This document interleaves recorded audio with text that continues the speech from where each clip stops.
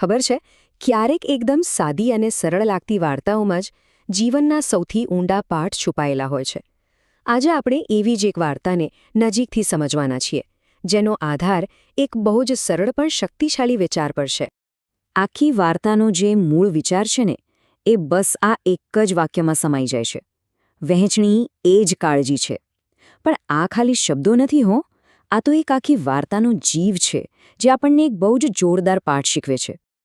તો સવાલ એ છે કે આ પાઠ શીખવવામાં કેવી રીતે આવે છે?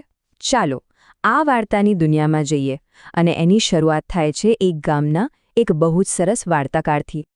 મળી લો મોહનભાઈને. એમના જેવું દયાળુ માણસ આખા ગામમાં ન મળે, અને એમને એક વાતમાં પક્કો વિશ્વાસ હતો કે વાર્તાઓમાં જાદુ હોય છે. એમનું માનવું હતું કે વાર્તાઓ ખાલી ટાઈમપાસ માટે નથી હોતી, પણ એ આપણને કંઈક શીખવે છે, પ્રેરણા આપે છે. એટલે જ તો રોજ સાંજે ગામના બધા બાળકો એમની પાસે દોડી આવતા એમની અદ્ભુત વાર્તાઓ સાંભળવા. તો એક સાંજે મોહનભાઈએ વિચાર્યું કે આજે એક ખાસ વાર્તા કહેવી છે. આ વાર્તા હતી રાજુ નામના એક સસલાની. હવે રાજુમાં બધું સારું હતું, પણ એની એક મોટી તકલીફ હતી: એને ક્યારે સંતોષ જ નહોતો થતો. બસ બધું પોતાને જ જોઈતું હતો. એટલે રાજુ કેવો હતો? સીધી વાત કરીએ તો થોડો લોભી. પોતાની કોઈ પણ વસ્તુ કોઈને આપે નહીં, અને એની પાસે ગમે તેટલું હોય એને ઓછું જ લાગે.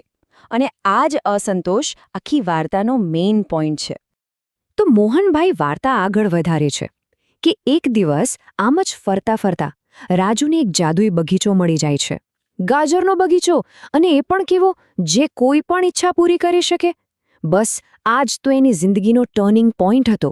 એક એવી ક્ષણ જ્યાં એના સ્વભાવની અસલી પરીક્ષા થવાની હતી. અને વિચારો, રાજુએ શું માંગ્યું હશે? સ્વાભાવિક છે, એણે એક સ્વાર્થી ઈચ્છા કરી કે બગીચાના બધા જ ગાજર ફક્ત એના થઈ જાય. અને ચમત્કાર, એની ઈચ્છા તરત જ પૂરી થઈ ગઈ. આખો બગીચો ગાજરથી છલકાઈ ગયો. પણ એ બધા કોના માટે? ફક્ત રાજુ માટે. એને જે જોઈતું હતું એ બધું જ મળી ગયું.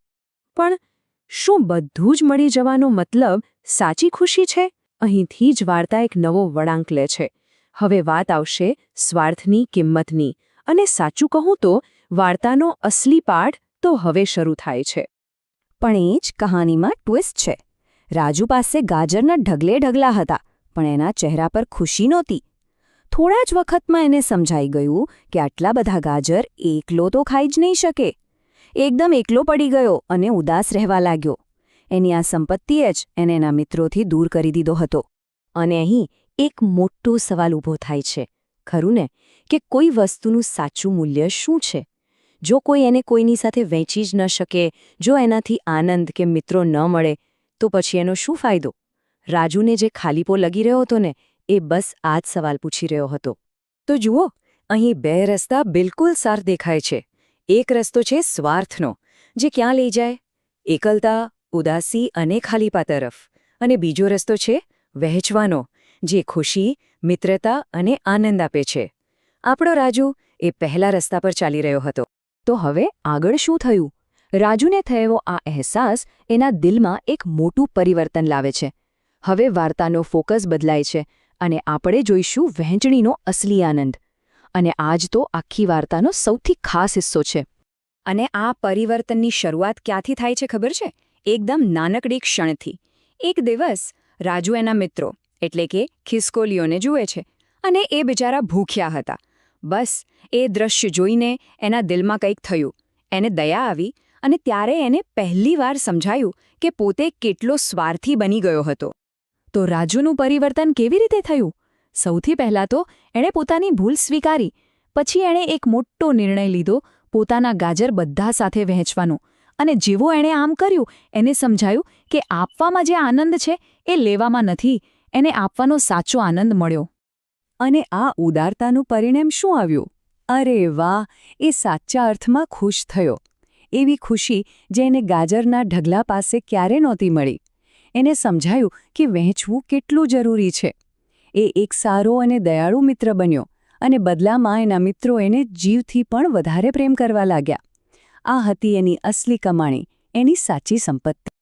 ચાલો તો હવે પાછા ફરીએ મોહનભાઈ અને બાળકો પાસે. આખી વાર્તા સાંભળ્યા પછી એનો પાઠ શું છે? શું કામ આટલી સાદી વાર્તા આટલી ઊંડી અસર કરી જાય છે? વાર્તા પૂરી કરીને મોહનભાઈ બાળકોને એનો સાર સમજાવે છે.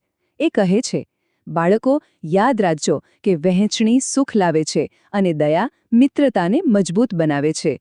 આ રીતે તેઓ બાળકોને રાજુ પાસેથી શીખવા માટે પ્રોત્સાહિત કરે છે. અને આ જ તો છે વાર્તા કહેવાનો અસલી જાદુ. બાળકો ખાલી એક વાર્તા સાંભળીને ઘરે નથી ગયા.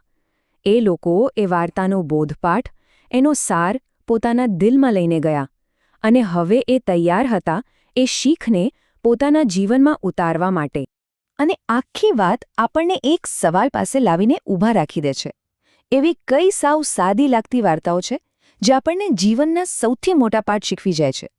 કદાચ સાચો ખજાનો આપણી આસપાસ રહેલી આવી નાની નાની વાર્તાઓમાં છુપાયેલો છે. એવી વાર્તાઓ જે આપણને દરરોજ થોડાક વધુ સારા બનવા માટે પ્રેરણા આપે છે.